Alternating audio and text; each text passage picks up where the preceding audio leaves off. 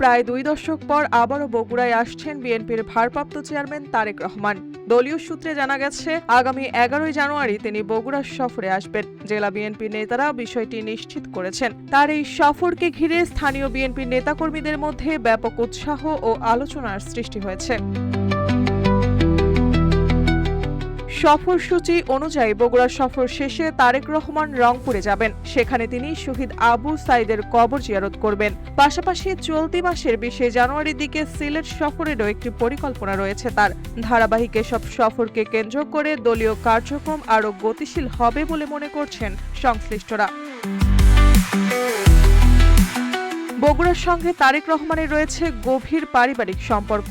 জেলা গাবতলী উপজেলার বাগবাড়িতে অবস্থিত শহীদ রাষ্ট্রপতি জিয়াউর রহমানের পৈতৃক ভিটা। এই ঐতিহাসিক সম্পর্কের কারণেই বগুড়া বিএনপির রাজনীতিতে বিশেষ গুরুত্ব বহন করে।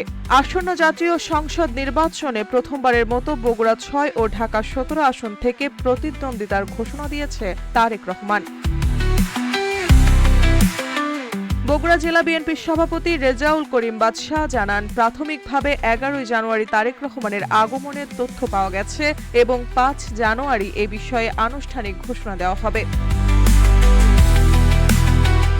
উল্লেখ্য, সর্বশেষ 2006 সালে 24 ডিসেম্বর বগুড়া সফর করেছিলেন তারেক রহমান। সে হিসেবে প্রায় 19 বছর 18 দিন পর তিনি আবার বগুড়ার মাটিতে পা রাখতে যাচ্ছেন।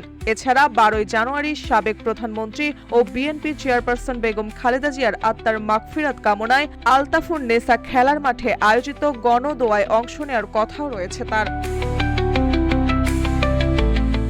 দীর্ঘ বিরতির পর তারেক রহমানের এই সফরকে কেন্দ্র করে বগুড়ার রাজনীতিতে নতুন গতি ও নির্বাচনের মাঠে গুরুত্বপূর্ণ বার্তা দিচ্ছে বলে মনে করছেন রাজনৈতিক বিশ্লেষকরা।